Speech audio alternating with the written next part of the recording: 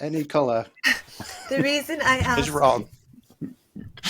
no, I'm not saying it's wrong. I just asked, has somebody died? Because it's usually me that wears black and you wear colors. And so I'm in I was going to say fluorescent shirt, but um, my mother and my son have planted seeds in my head in terms of perhaps I'm colorblind. We all see things in different, we see things in different colors. And we Nobody has can't, died. and we can't agree. So nobody's dead. Not that I know of. Are you I just like this sad? material. It's like super thin and cooling. I feel like the same people that ask me these questions. Are you sad? Are you down at the dumps? I am a little bit now.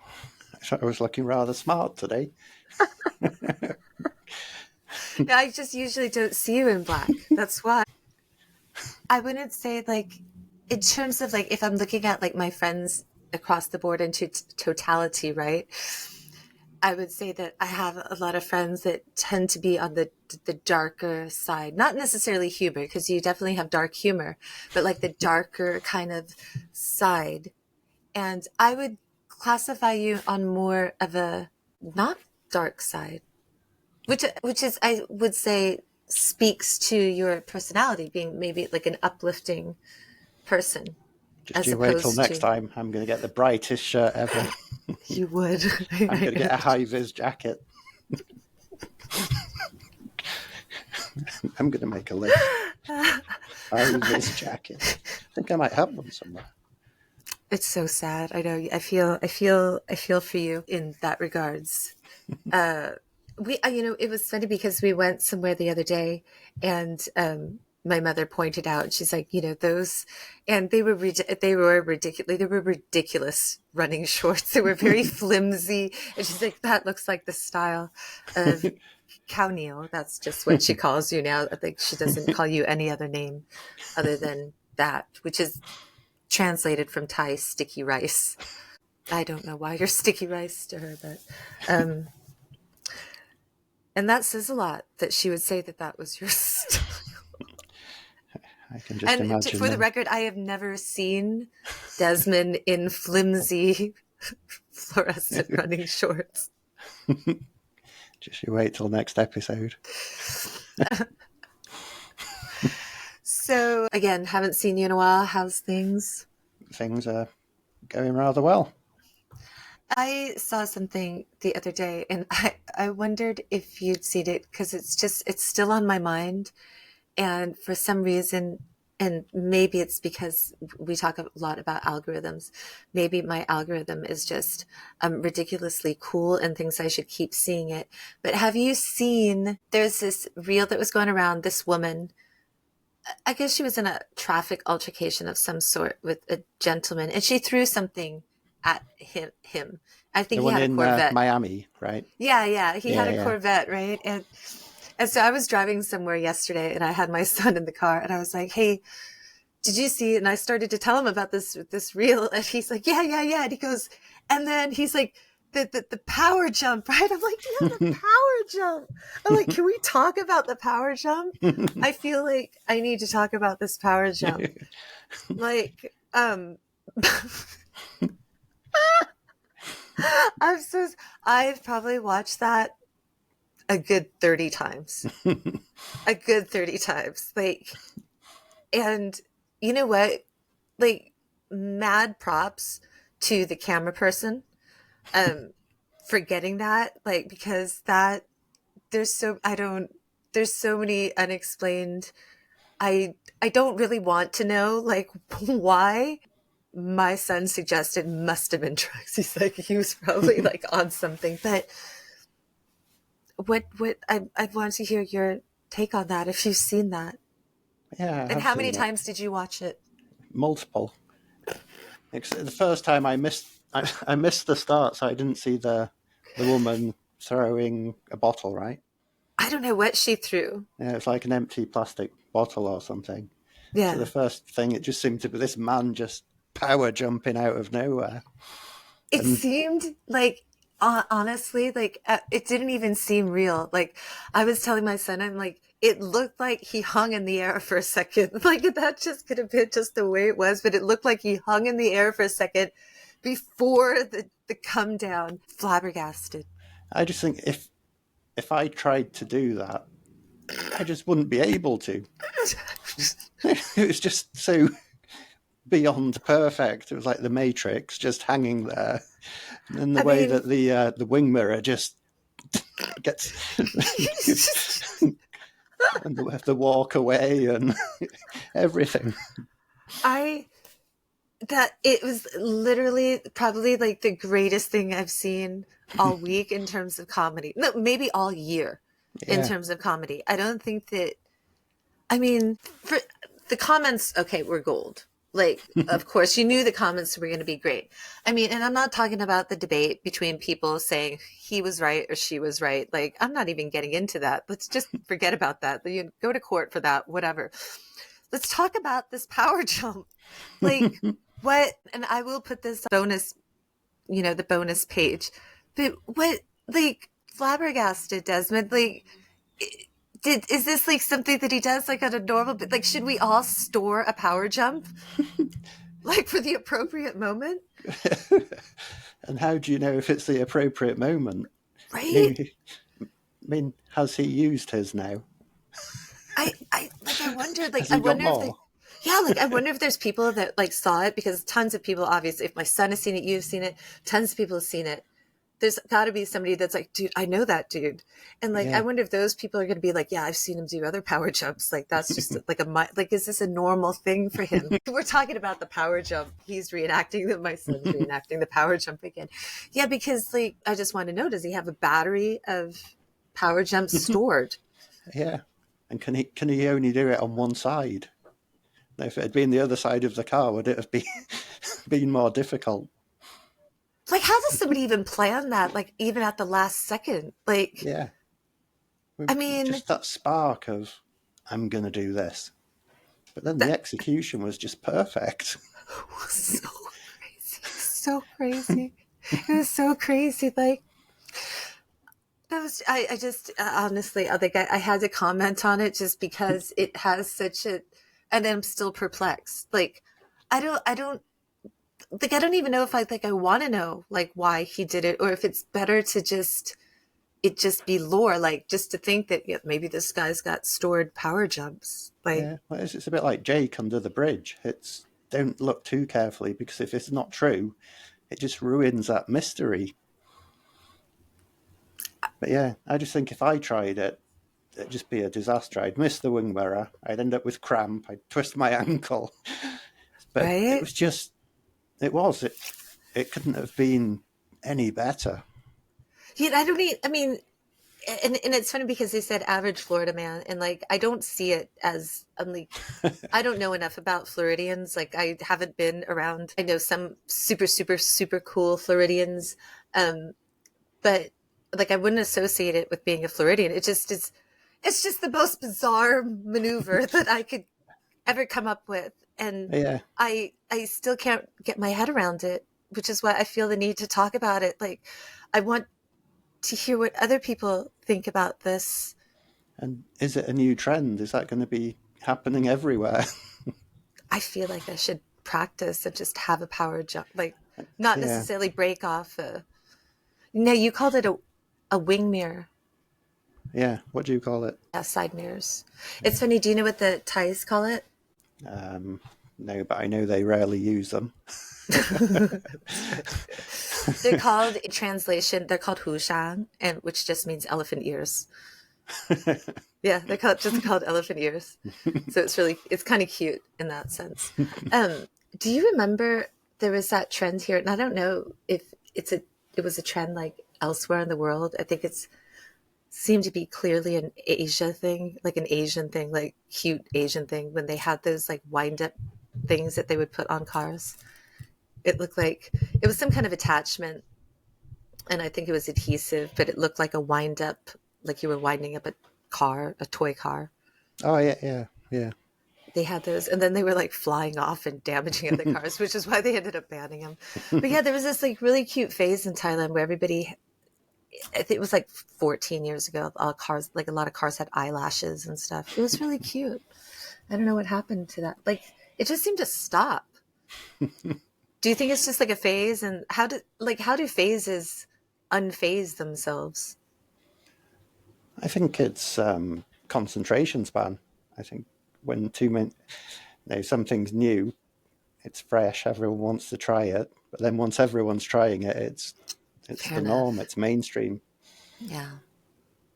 Did you ever have bands that you listened to and you thought like, I don't know, they were kind of special to you because not everybody had heard about them. So it was just kind of like your little secret.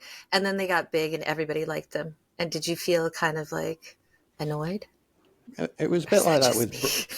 no. It was a bit like that with Britpop. Um, when I was at university, we had bands who'd come and actually play at the university. Had bands like, this might not mean anything. This might be quite a deep cut, like Ash and Yeah. Shed Seven. So Hmm. they'd be coming and just playing in universities. Um, and it was almost as if, when their CDs, as they were at the time, came out and people bought them and they were on TV, they did lose that uniqueness. There is, in my opinion, something special about not being mainstream. Yeah. And it's kind of sad because you love the band, right? You love the band. You want them to succeed, but I think it's just kind of like maybe a little like a selfish thing where you just want them to be yours. Yeah, And so I could see both sides of it where bands get upset because people are like, oh, don't, you're so mainstream. And it's not that I think that a lot of people are critiquing the band per se, but I think maybe some people have a hard time of sharing, yeah, which is actually kind of sweet in a way. It's like they just love a band so much they want it to be their yeah, special thing. yeah. And I think now it's got to the point where nostalgia's kicked in, and Yeah, that those bands that used to be special and unique are almost being shared with another generation. yeah, A couple of weeks, my friends in Manchester went to see. I, I think there were three bands on the bill, but Suede hmm, and Manic Street Preachers, nice bands. um, and they were the bands that were, when I was of an age where I was, starting to go to concerts at university, listening to music. They were the bands that were rising. Yeah, So to know that my friends were taking their kids with them to see these bands, it makes you think about life as well, and yeah, how quickly those 30 years, would it be? Yeah, 30ish years have passed. yeah, But these bands are still out there. I'm not sure in what form. I don't know how many of the original members are still in yeah. Suede or the Manics. My friends had a great time. I think that I am, as I'm older now, I'm so stoked that a lot of these bands are, and I was thinking about it the other day because Ride is playing Mongolia, and I'm like, oh, that's so cool. And Laws is their drummer, and he's my friend. And so I was just thinking, oh man, that's so cool to go to Mongolia. And he's like one of the nicest guys in the world, just like gorgeous energy, right? So I was thinking, man, that's so cool that they're playing. But also, I'm so glad that he's getting to do something and get that recognition, like a second round of it. Like at the time, Ride was big in its own right, but now to see a different generation of people enjoying it and to reach Mongolia, Yeah, that's pretty cool. In my opinion, I'm like, that's awesome. They're going out there. Like that Ride can make it out there. Like, I think that for anybody creating art, anybody creating music, I think it must be humbling when you see how far something that you make can go and can stretch. And so I think that that's such a cool thing. And from my perspective, when I look at these bands, like Pixies are still touring, Ride's still touring, like after so many years, you know, um, I'm so stoked for them because I think, man, you guys have given me so much. over so many years. It's nice that you're still getting that love, you know, because how many, when we think about it, how many artists from a different generation just like faded away, Yeah. you know? When you look at it, like Sky Saxon, I did a kind of a tribute post about him a few days ago because it was the 15th year anniversary of his passing. And Sky was in a band called The Seeds, like in the 60s, and they were huge. Like at one point, Sky said that the Supremes were opening up for him, right? And he had like crazy stories and such a good guy, but such a big impact on music. But before all these real generations and stuff like that, like if he was still alive today and younger today, he'd blow up. He'd be huge. He's got a great personality. He's got great stories. He'd be huge. But just at that time, it just got kind of lost away and faded away. And you see that happening a lot. Indeed. It's kind of unfortunate. Do you think that's an advantage for artists these days? Does it make it easier for them to stick around? I think that it is more of an advantage because, and this is something that you and I both know because we've worked in an education field, that and it's something I understand now more, is that people learn and take things in, not just learn, but take things in so many different ways. And so as when I was a kid, it was listening to music, you know, through media like CDs or tapes or whatever. I didn't really get to go to concerts. I was young, and I had strict parents, or well, I didn't have a strict parent. I had a strict mom. Like my dad would take me to concerts if they were like daytime concerts, right? Like my first concert was Beach Boys at Jack Murphy Stadium. But you know, not having all that, not having the internet and things like that. Whereas now it's kind of really cool to like if you hear, I remember when Napster came out, right? Like I would hear about all these different songs or tracks or B-sides. And when Napster came out, that's where I searched for them. But now, and that was hard to find. And a lot of people were afraid of Napster. Um, but now people can just look online and just get stuff, right? Anything that you want. It's pretty much everything's at our fingertips. So I think that that's kind of helpful that different generations can kind of rediscover new bands. And I'm much more willing to share now than I was when I was younger. I just think that when I was younger, I was selfish. You know, I was selfish. I wanted it to be my band. It was my band. I Yeah. kind of liked it, and I think that also, I'm not gonna lie, when I was younger, um, rank people, not judge, but like rank people, like what kinds of people they were, like what category, not like good or bad categories, but what category based on like what bands they name checked. And there was like certain ones that would take you straight to the top and like you're cool no matter what. Like we're down, that's cool. And um, at that time, Pixies was a band like that because not everybody had heard about Pixies. You know, now that they're getting crazy love, you know, but there was a time that, you know, after they you know, disbanded and did their things and not a lot of people knew about them. And this is like before YouTube came about. And I remember, um, and this is one of the greatest gifts anybody ever gave me because this was pre YouTube.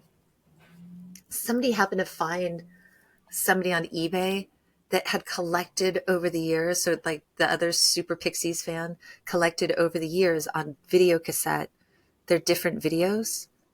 And then, so all the Pixies videos, all the Breeders videos, and Kelly Deal's 6,000 videos, and then just made one tape. And they sold it on eBay at an auction. And I had a friend, his name was Mike Joseph, and that's what he bought for me. Coolest gift ever. Like at that time, because you couldn't get that. That was so hard to find. Like that was a crazy find that some guy just collected all that kind of stuff, right? But nowadays it's easy to just go and get that. I do have a question for you. I'm not sure how to phrase it. One of your posts recently was about Kate Bush and a new generation discovering Kate Bush. I don't know how to phrase it. Whether it's, I know why she's been rediscovered, because she was in Stranger Things. And is it luck? Is it destiny? Is it just because it was, if a different song had been used instead of Running Up That Hill, would that be just as big and just as popular as? Do you know what I'm trying to ask without asking it very well? It's interesting that you asked that, because I've been rewatching Lost. Yeah. And so I'm going to go down a little Lost rabbit hole here for a second, because there's so I many like great that. things. It's not little at all. It's going to No, be it's not. It's like a massive. I see you're it's going to come settling out in. the other. Yeah. We're both settling into our chairs. Let me just get my water ready. So it's funny because we just rewatched this episode, and they were talking. Jack had something where he was talking about on September 20th, 2004, our oceanic flight 815, landed, whatever, or crashed. Then I was like, oh, that's like 20 years coming up. And I saw that Netflix is going to be releasing it. Mr. Echo. He just did a Mr. Echo back there. I heard it. But Lost is great for so many reasons. All right. It's got like fantastic writing, like absolutely fantastic writing, fantastic characters. It's got awesome science. I love science, but it's also got all these really cool nods to other things that a lot of people might not have picked up on. And there's all sorts of crazy fandom on it, like all the different books, like the so many of the books that are mentioned, or not even mentioned. Like you see like Sawyer reading in the barracks or something, like different books, and they're great books. And some of the books in itself are nods to like time travel, right? So there's that whole rabbit hole of going down that. But also the music of Lost is fantastic as well. Something that Anuj and I had talked about before, where I said that there's so many unsung heroes in the people that put together TV soundtracks, because we don't necessarily always, their names are in the credits and stuff, but it's not talked a lot about, right? We celebrate DJs, and people, DJs are very lauded going out, and they're not necessarily creating, some do, but when generally speaking, like DJs that are putting together other people's music, right? They're curating something, right? And isn't that the same thing as what sometimes these musical directors on TV shows are curating something? But I don't know how it works. Do they curate it? Do the writers hear it in their head and say, this is the song that should be at that moment? Coincidentally, what was crazy and what prompted me to do the Sky podcast was that, or this little thing on Sky, was that it was used in Lost, and it was on that day, and I just happened to get to that episode on Sky's 15th anniversary. I was like, and I knew it was in there because I knew it the first time I watched it, and the second time, and the third time, and fourth time I watched the series, but I forgot that it was in there. And then it came back on, and I was like, oh, pushing too hard. I'm like, Angus, listen, it's Sky. And it just happened. It was super perfect, right? It happened to be that day, the 15th anniversary. And it happened to be that day, but it happened to be Lost that I'm watching, which makes it kind of, right? Weird. Yeah. I love that. Yeah. Well, it even brings into the, a big rabbit hole in Lost is whether it's destiny or the man of science against man of faith.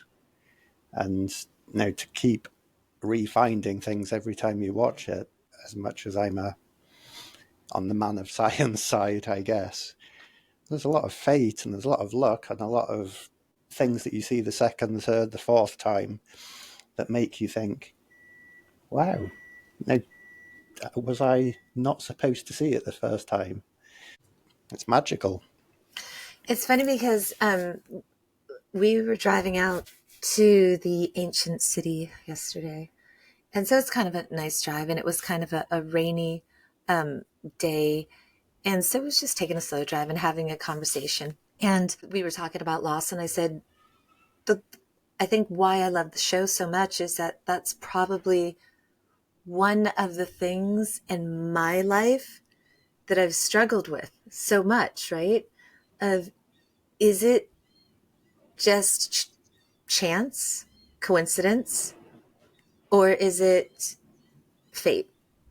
I mean, don't you find like that's for personally for me, because there's so many things in life, right, that seem like in hindsight, yeah, like there's so many times in life where in hindsight, I'm like, oh, maybe that wasn't coincidence. Maybe that these are all things that lined up, right? And I think it must be fate, only to find out, no, it just happened to be a weird coincidence, right?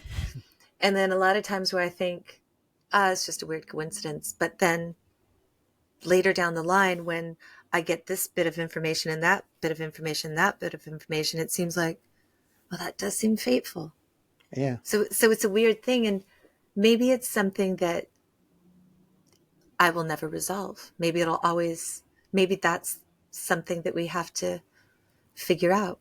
Is Yeah. it fate or is it random? And it doesn't have to be one or the other. It can be a mix of them. Could it be, though? I think a big part of Lost, like you say, is the characters, but also their struggle with this. They have their personal struggles, but a lot of that is fate, or is it random or is it predetermined? Yeah. And to see how different characters react and respond to these different situations is almost educational. Yeah. But also that people can change, Yep. um, for better or for worse, which I think is a reflection of real life. I Yeah. think that everybody can change for better Yeah. or for worse. I don't think that anybody is, you know, going to be stagnant in one fixed position. I think that experiences can change us. Favorite character? I, if I had to, and you know what I'm going to say, it would be Jack. Why would it be Jack? I see similarities between myself and Jack. I think Jack takes responsibility. He wants to fix things. He tries to look at logic and use logic to come up with the best outcomes. He's not just out for himself, he's out for everyone. There are parts of Jack that frustrate me, and maybe they're the parts of myself that frustrate me.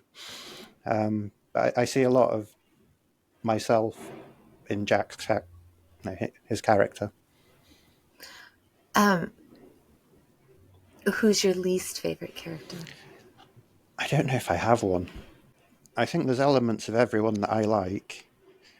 I mean, I just love Sawyer's sense of humor and his sharp nicknames for everyone. Yeah. I just love those My nicknames. son, my son says he identifies most with Sawyer. Yeah, well, I do like the playful side of Sawyer. And you talk about characters changing. He's one that has a huge swing. Now, initially, Yeah. he's just in it for himself. Yeah. But I think, I don't know which season it is, one of the seasons, he's told he's going to be banished if he doesn't Yeah. Yeah. change Yeah. his Yeah. ways, which Yeah. wasn't true at all. Yeah. So he goes out of his way to be nice to everyone. And then, I don't know, is that the same time that he has to stop calling people nicknames? I just thought that was a lovely, it was Yeah. a proper community story. It just Can I humanized assume him. Nikki and Paolo? What is your view on Nikki and Paolo? Filler episode. It's funny because like diehard Lost fans, there's like extreme vitriol for Paolo and Nikki. And it was funny because I saw like even at one point, because we were already into season 3 when they showed up, right? It was like season 3, and even my son was like, "Who are they?" I'm like, "Oh, we're not going to talk. Like I even said to him, we're not going to talk about them. And he's like, why? I'm like, they're going to course correct that soon enough, the writers. And he's like, why? I'm like, because people were not happy. I'm like, Yeah. people weren't happy. Like you said you watched it live, so you probably would have known about that at the time. But people were not happy. Like diehard Lost fans, not happy about Nikki and Paolo. Yeah. Well, I remember at the time, the episodes that they appeared, and they split them between old episodes. So they had them there at the start when Jack did his big speech. Yeah. And it just looked so out of place at the time. And I remember the show was quite meta about it, because Sawyer's commentary on it was always, who the hell are these two? I thought that was quite a good Yeah. It was almost an in-joke that we're going to Yeah. put these people in. Yeah. We know that there's no way we can write them in at this stage, so we're just going to make a big joke of it. And for Sawyer to give them different names. And it's funny when it got to their Paolo and Nikki centric episode that dealt with that. I skipped it. And I'm like, I told myself I'm skipping it. And he's like, why? And I'm like, so when the Blu-rays first started coming out, I went to Best Buy, and they had and Rocky is my favorite movie franchise of all time. It's the greatest film of all time. I will go down a whole Rocky. I'll do a whole podcast on Rocky. I don't care. I love Rocky. I was surprised that wasn't on your top 5 soundtracks. It nearly made, one of them nearly made mine. If we're talking scores, soundtrack scores, that's a completely different. I don't rate that as a sound. Like, I don't consider that as a soundtrack. Bill Conti's thing, I consider it more of a score. A soundtrack is like a curated, of different songs. So if you're talking soundtracks, yes, that's up there for sure. Braveheart would be another one, which is really, really cool. And what's actually really cool about Braveheart is that I was there outside the studios when they were recording that soundtrack at Abbey Road. And it was really cool because I was outside and went there, was going to take pictures and stuff. And then we saw all these artists going in and out. And so I went to go ask, what's being recorded here today? And they said, oh, we're doing the score for Braveheart. And I was like, oh, that's really cool. And then having later heard the song, it was just like, oh, wow, this is really cool. So, so when the Blu-rays first came out, there was the Rockies 1 through 5. It was like $39.99. You could go and get it. But when I went to Best Buy, I bought each Rocky 1 through 4 for $9.99. And I went to the counter, and the girl told me, you can get the box set for $3.99. And I said, yes, but I don't want Rocky 5. She said, why? And at that time, I was very upset about Rocky 5. I'm not going to lie. I was just very, very upset about it. And she said, you could throw it out. And I said, I don't even want to have that responsibility of touching it, because I've got principles. And the guy behind me was really cool. He's like, I get you. So I was like, so I would happily pay $10 more for less CDs. But that's kind of how I felt about the Nikki and Paolo. We'll watch Lost, but we're not going to watch that episode. Have your thoughts on Rocky 5 changed at all? Yes. Yeah. And the totality. That's development right there. Yeah, it is development, because I hated Rocky 5. I hated it so much, but I think later on in life, in retrospect, I think that I hated that he had a fall from grace, because he was so up there on a pedestal for me. When he released Rocky Balboa, it made everything better. I remember it just made everything better, because it very much, I felt, mirrored his own life and all the different realizations that you have about fame and declining fame and who you are and your position, and now are you just kind of this caricature of what people want you to be? You know, like when there's those scenes where he's in the restaurant, um, you know, Adrian has died. She's died of cancer. Rocky's in the restaurant and everybody's coming in and they all want the picture with, you know, him hitting them. And it's almost kind of like you're a circus act now, right? But you used to be the great Rocky Balboa. My heart hurt, right? Because I could feel that. Like, I think that Sylvester Stallone is like such an underrated writer. Um, I think that a lot of people just, I don't think even a lot of people knew that he wrote Rocky. A lot of people don't even know a lot of things about Rocky, as it, like, he was literally down to, I think it was like his last $30 when he sold the script for Rocky.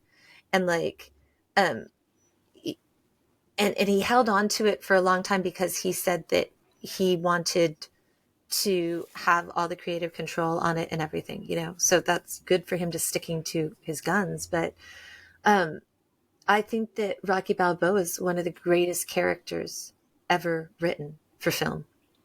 Um, I I think that he's just a good soul. Um, he's a good sportsman. You know, it's like he can have an opponent like Apollo, but have mad respect for him and friendship with him. And um, yeah, he's just a good person. Like, I love that. Loves his woman. Yep, You know, integrity. integrity, loves Mickey. Like, Mickey's older, he takes Mickey in, he looks after Mickey, takes Mickey into his house, you know, like, that's a good soul. um I love that. She's just a good soul. Have you had the opposite experience with any movies that you thought were great at the time, but since you've come to think are not No, so but good? I'll be happy to tell you about people that made me change my mind, and I have no problem telling this story. Like, I have no problem Oh, calling people out for what they are. I feel like I've sparked something here. When I was younger, I worked at a store that we used to sell high-end luggage, but we also had a store. The company started out of Vegas, so we had a lot of stores in Vegas. So I was like in one of our stores at Caesar's Forum. And while I was in the store, a very large man in cowboy boots stepped on my open-toed feet, and it hurt because he was a very, very large man with big ass cowboy boots. And I yelped because it hurt. And most people, you would think they would turn around and like say, I'm so sorry. Like, he saw what he did. He looked down at my foot and he looked at me and he turned around and he walked away. And I cursed that man till the day I die. Like, I don't curse him out loud, but I curse him in my head. I Now, wasn't expecting that answer. yeah, so there's that. So afterwards, I refused to watch any of his films, except, and without saying his name, everyone will figure it out after this, except executive executive decision, Oh yeah. because he's gone relatively fast, as he should be. Done. Is he tall? Yes. Wow. I'll tell you another story. This happened in Thailand. I probably have told you this story. And I call this, the maneuver is now named after him. So now I'm not going to say the name of the maneuver. Um, but this is another pet peeve, like rudeness. Like, if you haven't figured it out already, like, I can't stand rudeness. People should just be cool to one another. We went to, like, this is just a side tangent, but we went to these ancient temples, which is a UNESCO World Heritage Site, right? And there's signs everywhere saying, don't climb over the temple. They're temple ruins, right? Please respect that they're ruins. It's like, climbing over the Parthenon, right? All these signs everywhere in multiple languages. There's even a guard with a whistle. There's lots of signs that say, don't do this, don't do that. And he's like constantly blowing his whistle saying, don't do that. There's this like tourist climbing over everything. And I'm like, dude, get down. I said, get down from there. And she's like, oh, she's going to take a TikTok video or something. I'm like, dude, get down. My mother is just like, stop saying something. I'm like, why should I stop saying something? That those are like, it's not like it's just like a please don't feed the pigeons type thing. This is like a UNESCO World Heritage Site, right? So like, this is like an ancient ruin, right? They think, well, I'm doing my TikTok. I'm allowed to be up here. Yeah. What makes them exempt from playing us rule? Do not do Yeah. this. Oh, I'm going to do it. So I don't like rudeness.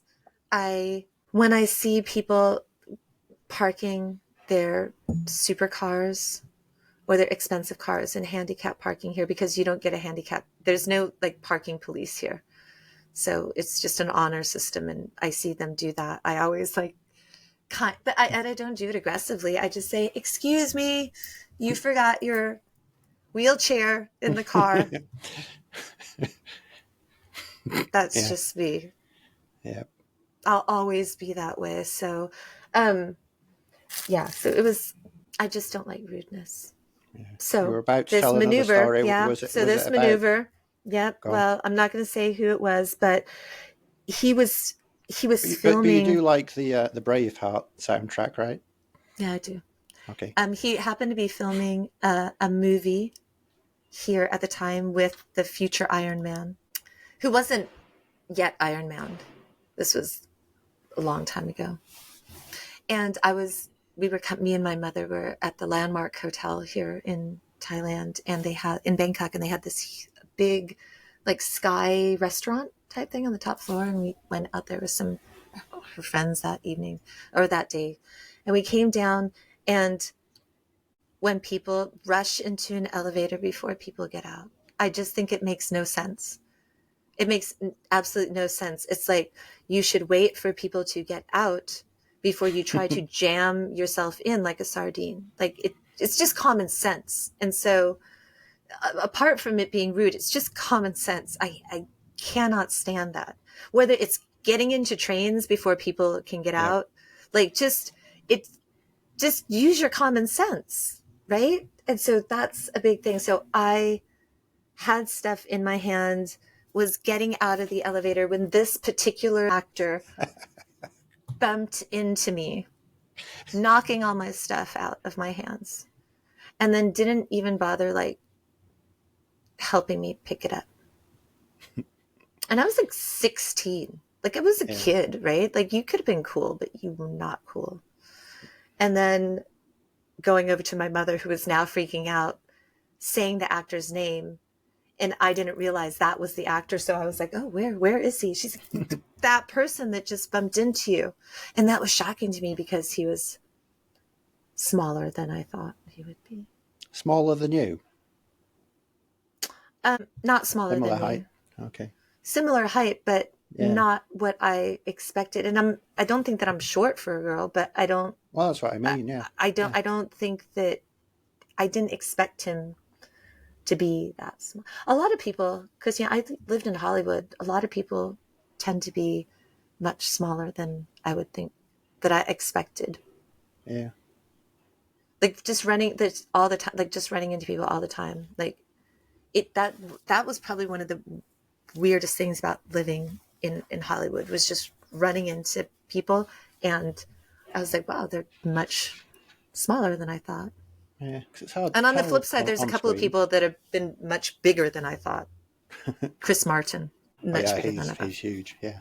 Yeah, but lovely. Yeah. I saw him at a festival in Japan backstage, and what I thought was really cool. A lot of times when people are really big, they can be somewhat intimidating. And I saw him talking to a Japanese, maybe a journalist or something, who was very tiny in comparison to him, but you can kind of see not him bending over, but making himself kind of smaller. Yeah. And I thought, that's really cool. Yeah. That's just like nice. So, Yeah. but at the time I was like more concerned. Like I was trying to get Alicia Keys' attention just to wave at her because I love Alicia Keys, but there was like a posse came with Alicia Keys, so there was like a lot of posse people at the door, so like I couldn't. Yeah. But I was like trying. I was like trying to look through like I don't know what I thought was going to happen, but I just thought Alicia Keys was super cool. Going back to Lost, you don't have a least favorite character. I do, and I was surprised you hadn't asked me earlier. I have a least favorite character who does go through a character arc and in the end gains redemption. Is it Benjamin It Linus? is Benjamin Linus. Yeah, my Is that boy is saying, unanimous? yeah, he's saying that Benjamin Linus is the best character. You know why? Why? Because he's a man of so many things. He's a man of so many things. He's a liar, but he speaks truth. He saves people, but he kills everyone. He's the balance. He's the balance. And Lost. Because you have like Jack, and then you have Locke, and then you have Ben in the middle. So is he like Thanos? No, he's just the balance. He's in between both of them. I never really In looked the at end, it he that does way, but kind of become the balance. Have you got to the end, or has? not yet. We're I won't spoil we're it. like for a him couple. then. No, yeah, we're a couple of seasons. He can't hear. We're a couple of seasons. A couple of shows into season 4. Okay. He's So at watched the it end, before. He's Okay. watched it before, but he was younger the other 2 times. I think once when he was like 3 and then once when he was 7. Yes, we watched it at 3. Yeah, at the end, Benjamin. I still don't think he deserves a second chance, but we know or we can guess your favorite character. Your favorite character is Hugo Reyes. yeah, just because he is he's a good guy. He wants the best for everyone. Yeah, I love Hugo. I love Hugo. He is just chill. He's got a good heart. He wants everybody to get along. He looks at life in a very kind of chill, non-aggressive way. Like he's awesome. Like I don't know if you know this. I told Angus and he was surprised. I'm like, Weezer has an album Yeah, called Hurley and yeah, it's got Hurley's picture on it. And I'm like, that's how awesome a human being Hurley is, that yeah, Hurley gets, and Jorge Garcia, who plays Hugo Reyes, is, I mean, I think I've seen him in interviews and he seems like a very chill guy. But yeah, I love Hurley. yeah, I just love Hurley. yeah. And I think it's him, the character who ultimately gives Benjamin a redemption, I guess, a second chance Yeah. to help him look after the island, Because I think that which I don't think I would do. no, and that's the beautiful thing about Hurley is that Hurley tries to really find the good in things, and I think that that's a good reminder for us all. Yeah, Of, I mean, I definitely believe in second chances. Obviously, I definitely believe in second chances. Um, I also believe in boundaries, though, and knowing when to, you know, close certain doors and be like, have a good life. But and I wish you the best. But in all seriousness, like I've cut people out of my life, but I wish them nothing but the best. And yeah, that's like sincere. Like whatever reason I cut them out of my life probably has nothing to do with me, right? Whatever they're going through, whatever, it probably has nothing to do with me. But I found that their interactions with me have led me to a point where I say, okay, I need to distance myself from that. But it doesn't mean that I don't wish the best for them, because I think that life is a struggle for everybody. And I hope that whatever makes people the way that they are, I hope that that kind of can ebb and they can just find some kind of peace. If not happiness, at least peace. yeah.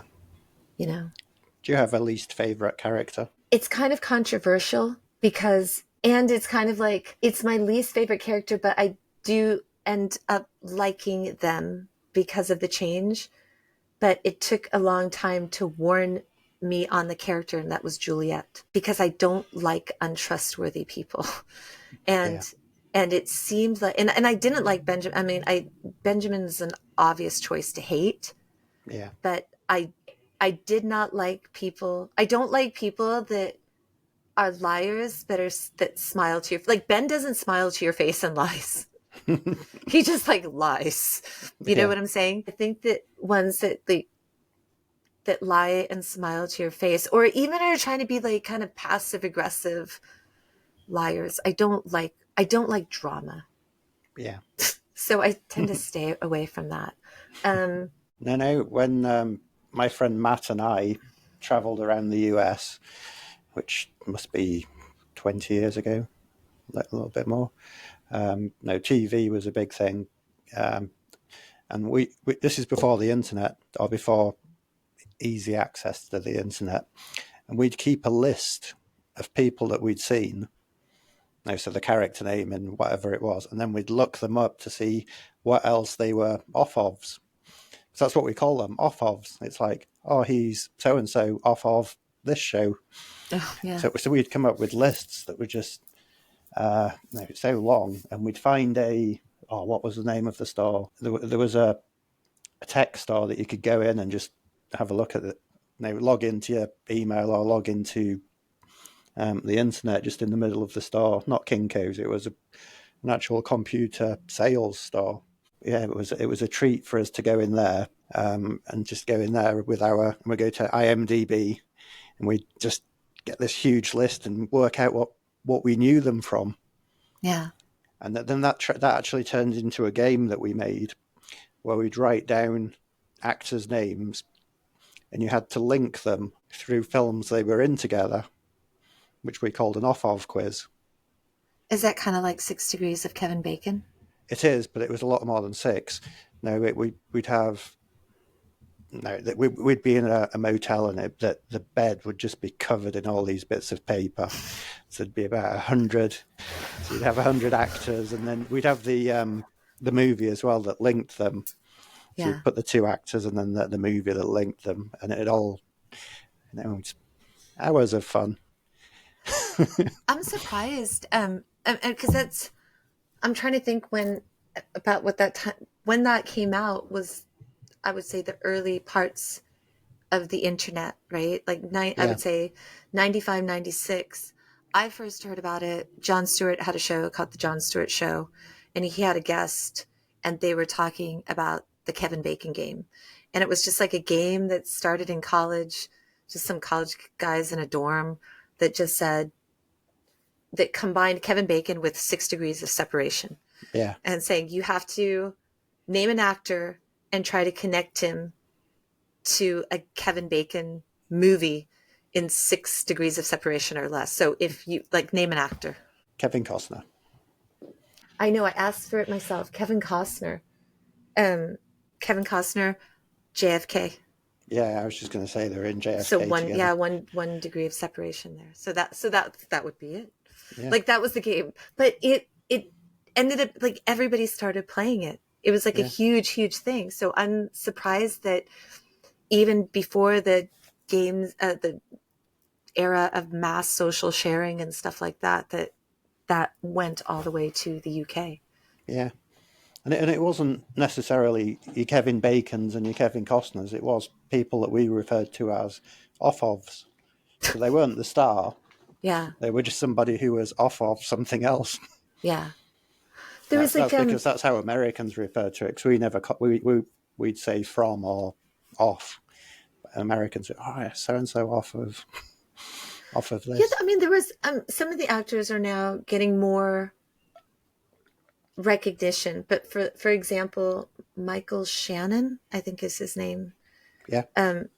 For a long time, you would see just him in a lot of movies, but not like a leading part that you would like remember his name. But now it's like he's done a lot of stuff, so it's like cool to see that kind of come up. But yeah, there's like a lot of people that you just kind of recognize their names in the background. Yeah. Have you ever had a bad celebrity experience? No, I've only had a couple of good celebrity experiences. You see how I went? I went with that with bad because I'm just thinking about those two I spoke of, and then the third one, which I haven't mentioned and I don't want to. Yeah, we don't need to. No, We shouldn't be naming names, but you do like no, I don't. the Braveheart soundtrack, right? Yes, I do. Excellent. I've been listening to a lot of REM recently as well. You know what? I love it. It's funny because Anuj asked me to collaborate. He asked me to give him 9 songs that kind of like changed my life, and I put an REM song on there, to which Which you one? thought the one I love. Yeah. And you said it was very mature of me to include that on my list. I love REM. I love REM, especially that old REM. You know, I do love it. But I'll say that Green was such an important album for me. I loved that album. I think it's only with hindsight you realise how influential some bands are, like REM. You wouldn't automatically link them with grunge music, right? Hmm. But they had a huge, well, I believe they had a huge impact on grunge. I know that like Kurt Cobain in many different interviews like spoke of his love for REM. Michael Stipe was a personal friend of both Kurt and Courtney. Yeah, Um, so I think that people that love music. yeah. You know, I can't really, I don't know of anybody off the top of my head that I would consider a music lover that doesn't love just about a little bit of everything. Yeah, You know what I'm saying? yeah, Um, I think that the people that like just certain genre or something, I don't have a lot of those in my close circle. It seems like a lot of people in my circle are really open to just about anything.